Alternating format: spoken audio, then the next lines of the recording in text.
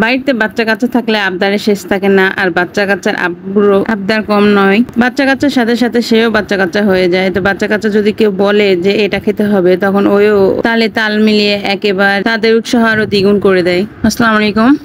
দেখতেই পাচ্ছেন আজকে আমরা তেলের পিঠা বানিয়ে নিচ্ছি। অনেকেই পাকোয়ান পিঠা বলে থাকে। আপনারা কে কি নামে চিনে থাকেন আমাকে কমেন্টসে জানাবেন প্লিজ। এই তো দেখতেই পাচ্ছেন আমার ছেলেটা পিঠা খেতে চেয়েছিল, তো সে আমার সাথে সাথে চলে এসেছে রান্নাঘরে যে আমি পিঠা বানাবো সাথে সাথে। তো সে আবার রান্না করতে খুব পছন্দ করে। আমি তাকে বলেছিলাম যে আমি পিঠা বানিয়ে দিচ্ছি। সে বলে যে আমি পিঠা দেখবো, বানানো দেখবো, তার জন্য আমার সাথে সাথে চলে এসেছে রান্নাঘরে। আমি পিঠা বানাচ্ছি আর সে বলে যে আম্মু আমিও তেলে দিব, আমিও তেলে দিব, আমিও পিঠা বানাবো। তো এরকম দুষ্টুমি করতেই থাকে সারাক্ষণ। আমি তাকে দেখাচ্ছিলাম, সে আমার পাশে দাঁড়িয়েই ছিল।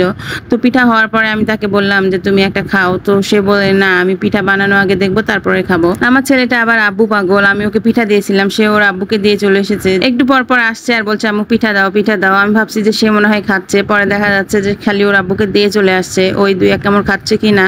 খাবার খাওয়াচ্ছে, সে বানানোটা উপভোগ করে বেশি। তো দেখতেই পাচ্ছেন যে সে আমার পাশেই দাঁড়িয়েছিল, যতক্ষণ আমি পিঠা বানিয়েছি সে আমার পাশে দাঁড়িয়ে আছে। একটু এই যে নেড়ে চেড়ে দিচ্ছে, দেখতেই পাচ্ছেন যে নাড়তেও পছন্দ করছে। তো আমি বলছি যে নেড়ো না, পড়ে যাবে, তারপরেও সে শুনছে না। সে বলছে যে না আমি একটু করবো, পিঠা বানাবো।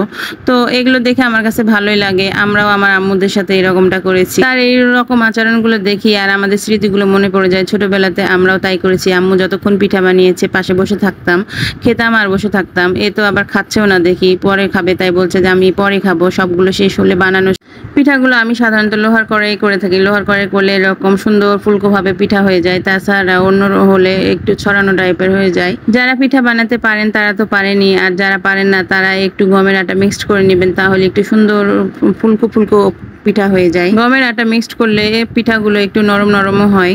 আর আমি একসাথে এরকম 2-3টা করে পিঠা দিয়ে দেই, কারণ একটা করে ভাজলে অনেক সময় লেগে যাবে, এর জন্য। পিঠাগুলো শেষ করে গরমে অস্থির হয়ে গেছিলাম, তারপরে এসে খেতে লেগেছি আর ভিডিও করতে ভুলে গেছি, দেখতেই পাচ্ছেন। তারপরে আমরা চা আর বিস্কিট খেয়ে নিয়েছিলাম। বিকালে নাস্তা শেষ করে আমার ছেলেটাকে পড়াতে চলে এসেছিলাম। আমার ছেলেটাকে ম্যাজিক বই কিনে দিয়েছি, দেখতেই পাচ্ছেন। এখানে পড়াও আছে আবার লেখাও যায়। লেখাগুলো একা একাই মানে মিশে যায় কিছুক্ষণ পরে।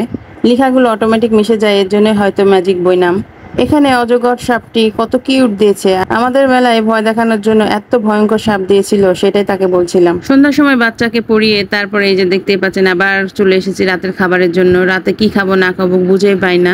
পরে ভাবলাম যে আজকে কালাই রুটি খেয়ে নিই। আজকে অনেকদিন পরে কালাই রুটি খাচ্ছি। এতে দেখতেই পাচ্ছেন কালাই রুটি আমি কিন্তু হাত দিয়ে বানাতে পারি না, আমি বেলুন পিড়াতে বানিয়ে নেই। এই রুটিটা সাধারণত হাত দিয়ে বানাতে হয়, কিন্তু আমি এখনো পারিনি। অনেকবার চেষ্টা করেছি, পারি না। যেভাবে পারি সেভাবে খেয়ে নেই। দেখতেই পাচ্ছেন যে কালাই রুটিটা আমার কাছে অনেক ভালো লাগে, এর জন্য মাঝে মাঝেই খেয়ে নেই। আমাদের রাজশাহী অঞ্চলে যারা হচ্ছে রাজশাহীর স্থানীয়, তারা কালাই রুটিটা সাধারণত খেয়েই থাকে। অনেকে কালাই রুটি কি দিয়ে বানায় এটাই জানে না। তো কালাইয়ের ডালকে গুঁড়া করে যে আটার মতো তৈরি হয়, সেটা দিয়ে আমরা কালাই রুটি খেয়ে থাকি।